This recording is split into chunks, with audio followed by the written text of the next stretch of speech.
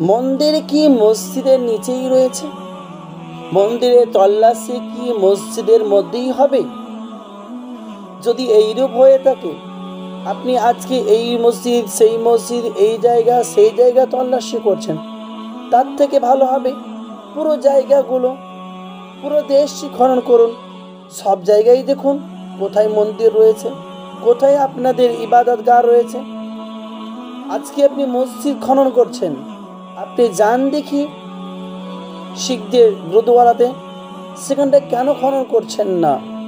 আপনি যান দেখি খ্রিস্টানদের চার্চে, সেখানটাকে গিয়ে খনন করে দেখুন সেখানে মন্দির আছে কিনা। কেন আপনাদের মসজিদকে নিয়ে, কেন আপনাদের মুসলমানদেরকে নিয়ে এত বাড়াবাড়ি করছেন? কেন একটি বিভ্রান্তিকর পরিবেশ করছেন? আপনারা সব দিকে শুধু মুসলমানদের সঙ্গে বিরোধিতা করার চেষ্টা করছেন, একটি সমস্যা সৃষ্টি করার চেষ্টা করছেন। মুসলমান কি কোনোদিন আপনাদের সঙ্গে এইরূপ করেছে? তার থেকে আপনি ভালোভাবে আজকে এই মসজিদ সেই মসজিদ না করে, এখানে সমস্যা ওখানে সমস্যা বিভ্রান্তি না করে, সম্পূর্ণ দেশটি সম্পূর্ণ জায়গাগুলো খনন করুন। যেখানে হবে তখন আপনারা প্রমাণ করুন। একটি একটি করছেন কেন? পুরো দেশকে খনন করুন, পুরো দেশের মাটিগুলো খুলে দেখুন কোথায় মন্দির রয়েছে, কোথায় মন্দিরের চিহ্ন রয়েছে।